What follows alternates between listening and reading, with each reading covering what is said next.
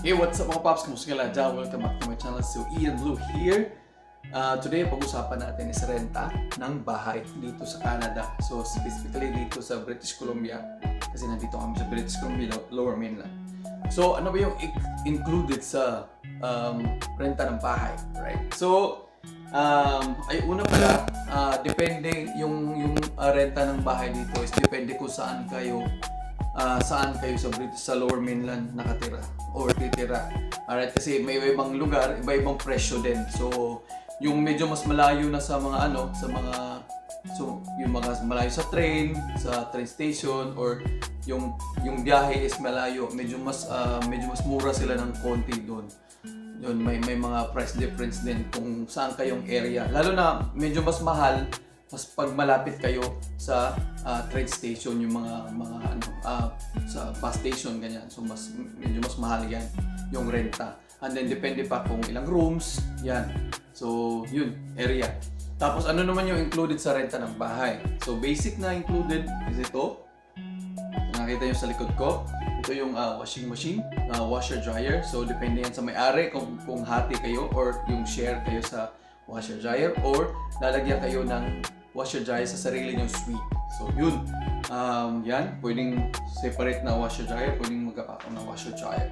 Tapos dito naman, microwave at saka stove. So lahat dito, hindi kadalasan gumagamit ng electric na stove, hindi yung gas. So yun, mas safe. Yan. So, yan yung basic inclusion. Pati yung fridge, kasali din yan sa basic na inclusion sa renta ng bahay. So ano naman yung hindi, tapos kumaga parang negotiable, parang ganyan. So yung internet, minsan free, minsan kasama yan sa paghahatian nyo ng ilang percentage, like 20-30%. Yung ilaw at saka tubig. So yun, internet, ilaw, tubig, yun. Madalas may percentage kayo na i-share sa may-ari niyan. So magkano yun? 20 or 30%. So yun, depende. So, and then, kung meron namang available na couch, TV, yung mga ibang gamit, yung may-ari, pwede nilang ipagamit sa inyo. Pero pag wala, kayo mismo yung bibili ng mga ganyan. So, lamesa, yung dining table, yung mga ganyan. So, yung mga gamit, so kayo yung bibili ng ganyan. Yun lang, pag meron sila, yung mga cabinet, pag meron silang available, pwede nilang ipagamit sa inyo. So, yun.